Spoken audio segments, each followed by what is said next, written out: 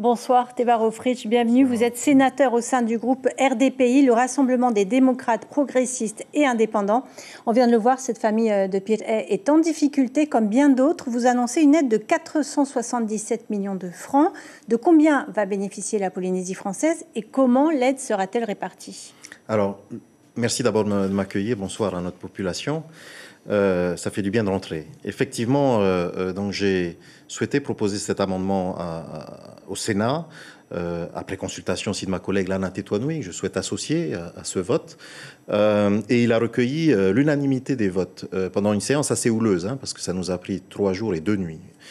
Maintenant, ce que nous avons souhaité aussi, c'est que ces fonds transitent par les différents gouvernements, puisque nous sommes dans des compétences polynésiennes ou calédoniennes.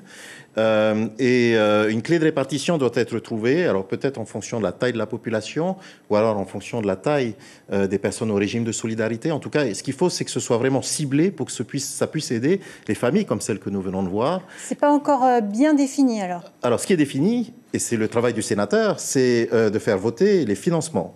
Et l'État ira vite de son côté. Je tiens à remercier M. Carinco, notre nouveau ministre des Outre-mer, qui a accepté sur le principe rapidement et qui a donné l'accord du gouvernement, qui a levé le gage, ce qui fait que nous avons les financements.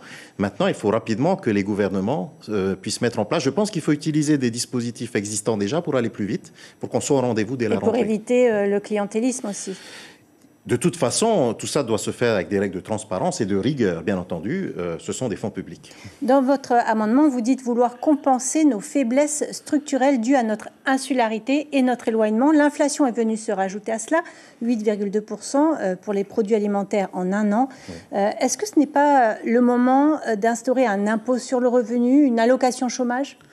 Ce sont des débats qu'il faut certainement reprendre.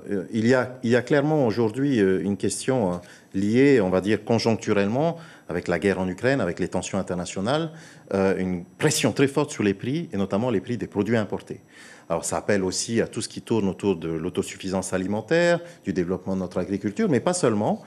J'ai déjà pu m'exprimer au sein de notre Assemblée sur le partage des richesses en Polynésie et sur le fait qu'il faut, bien entendu, certainement revoir un peu ce système aujourd'hui qui montre ses limites, et en particulier en période de crise. La Polynésie a beaucoup aidé nos salariés notamment et nos familles nécessiteuses pendant le Covid, mais je crois qu'il faut, au-delà des crises, remettre peut-être en place quelque chose de plus pérenne. L'information en continu sur Polynésie la première, Internet et réseaux sociaux.